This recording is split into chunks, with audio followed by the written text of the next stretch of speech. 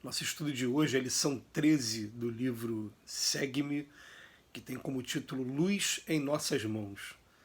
Interrogado pelos fariseus sobre quando viria o reino de Deus, Jesus lhe respondeu: Não vem o reino de Deus com aparências exteriores.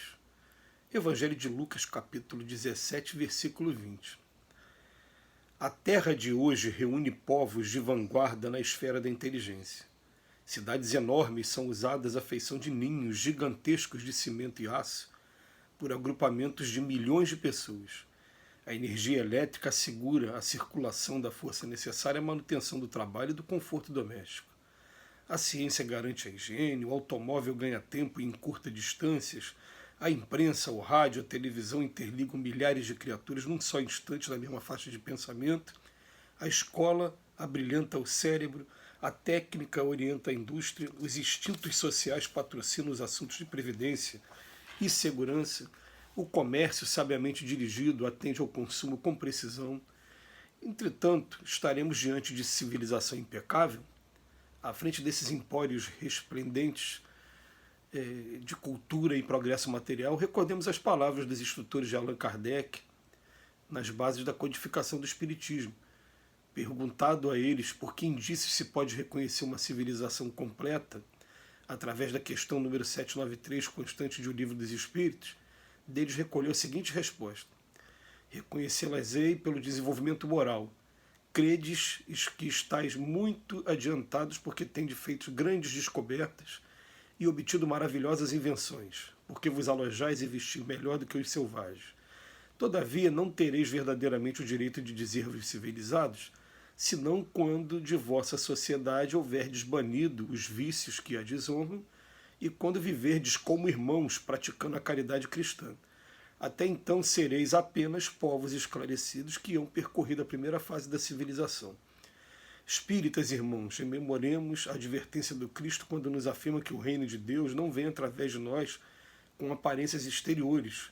Para edificá-lo, não nos esqueçamos de que a doutrina espírita é luz em nossas mãos. Reflitamos nisso.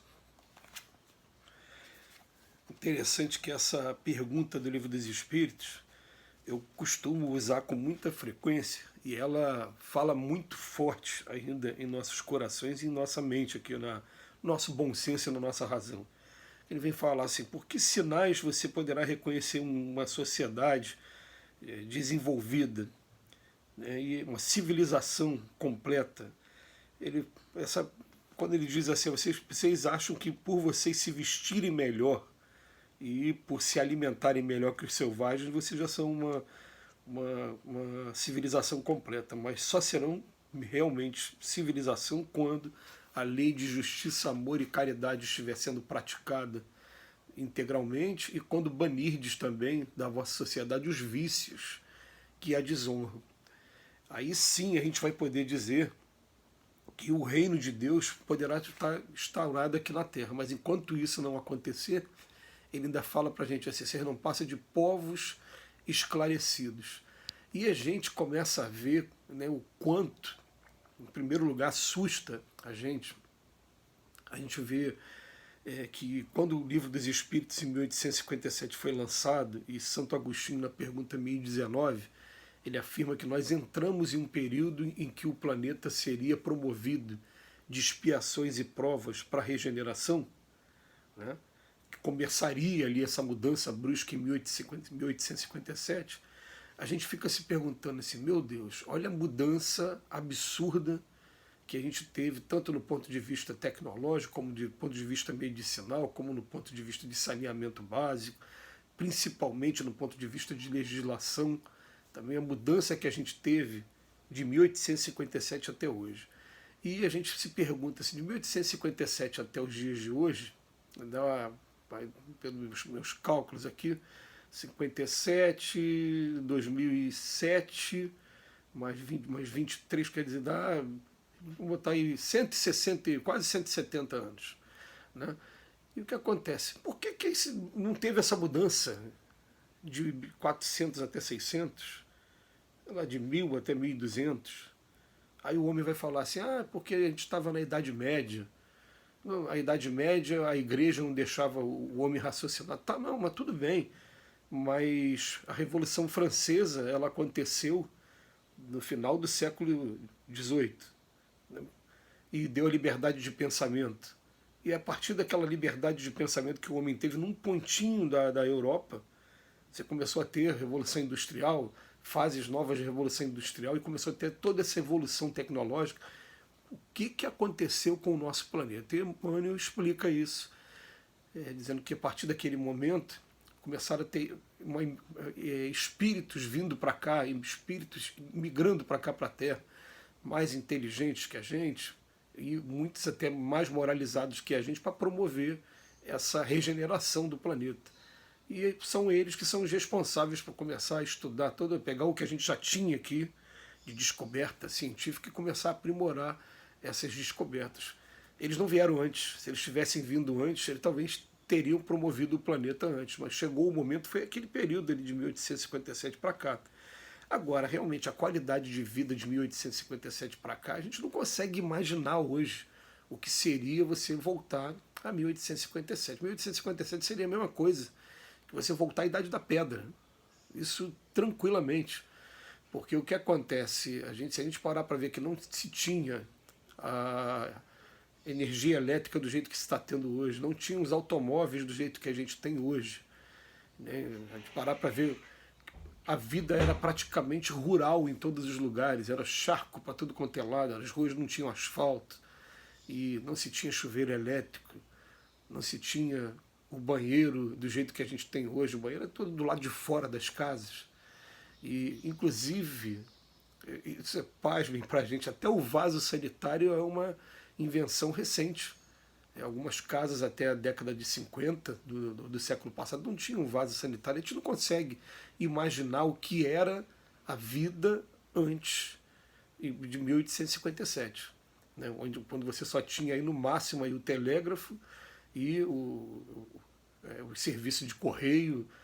Enfim, as comunicações eram muito precárias, e chegava à noite, era lampião, se escrevia na pena, né? Tinha que ficar molhando o tempo todo na tinta para poder escrever, você não tinha todos esses recursos que a gente tem hoje. E por conta disso, começou-se a acreditar que o homem evoluiu muito, que o homem tomou um caminho, realmente evoluiu muito nesses pontos. Mas os espíritos chamam a atenção para a gente vai promovendo esse avanço tecnológico, esse avanço medicinal, que inclusive aumentou até a expectativa de vida nossa, mas a gente só vai ter realmente uma sociedade, uma civilização completa o dia que a gente praticar a lei de justiça, de amor e caridade. E é claro, gente, essa lei de justiça, amor e caridade vai começar a partir de cada um de nós. Isso que é interessante para quem vai fazer o estudo do Livro dos Espíritos. A gente, quando vai estudar a terceira parte do Livro dos Espíritos, no primeiro capítulo fala lá, olha, nós vamos dividir esse capítulo em 10 leis, porém a mais importante de todas é a lei de justiça, amor e caridade. É até a lei que encerra, ela é a 10ª lei a ser estudada no livro. Ele fala, é a mais importante, porque é ela que realmente promove o homem. A gente vai entender por quê quando a gente for fazer o estudo do capítulo, e porque até mesmo Jesus lá contava na parábola do bom samaritano, olha, todo mundo passou pelo coitado que estava no chão, que tinha sido assaltado e não fez nada. Só o samaritano que realmente pegou aquela pessoa, levantou, curou ali suas chagas na medida do possível, levou para uma pensão, pagou a pessoa, o dono da pensão, a estada, falou, quando eu voltar eu pago o resto. Somente ele que cuidou.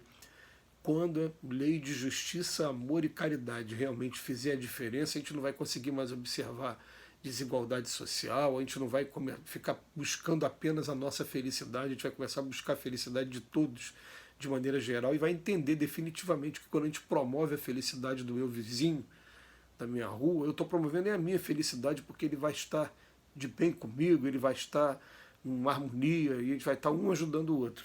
Então por isso que fala dessa espíritas, rememoremos a advertência do Cristo, quando nos afirma que o reino de Deus não vem até nós com aparências exteriores, não.